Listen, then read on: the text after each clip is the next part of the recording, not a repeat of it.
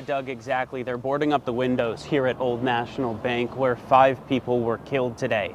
And we've learned throughout the night that those 5 people had connections across the Commonwealth. From Tommy Elliott, who was a friend of political leaders, including Governor Andy Beshear, to Joshua Barrick, who was a father and even coach of his kids' basketball team. Then we're learning about the LMPD officer who's in critical condition tonight, Nick Wilt, who's being hailed a hero.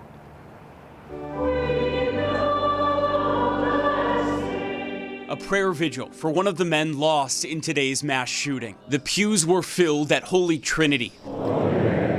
All thoughts here with the victims and Louisville police. One officer shot in the head. Nick has spent the last 7 years working for the LaGrange Fire Department and Oldham County EMS. LMPD officer Nick Wilt just graduated from the academy on March 31st, and the LaGrange Fire Department proudly clapped as he crossed the stage. Here was his graduating class, class 54, and there's Nicholas Wilt right there at the bottom. For the past 7 years, they've known him by another uniform. In fact, he was still working as a firefighter in LaGrange, where Major Keith Smith says running in to help is nothing new. Nick would be right there, in forefront of it, doing whatever job needed to be done. The chief of police sharing a message for Wilt and other officers who took it upon themselves to not wait to assess everything, but just went in to stop the threat so that more lives would not be lost.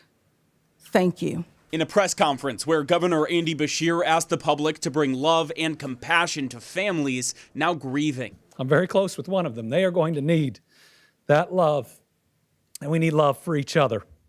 We now know the 5 people lost are Tommy Elliott, a friend of the mayor and governor, James Tutt, Juliana Farmer, Deanna Eckert, and Joshua Barrick, whose church, Holy Trinity, held a vigil in his honor. Father Shane Duvall knew Barrick personally. Yeah, he was just involved. I mean, he would come to Mass. He would be involved in prayer groups. He would coach, just had a lot of friends, just a lovely, lovely man. The father asked for prayers and compassion towards all those involved, even the 25-year-old shooter. There's going to be a lot of people in this community that are angry and mad at him, and they have every right to be. But I still have to pray for his soul, too.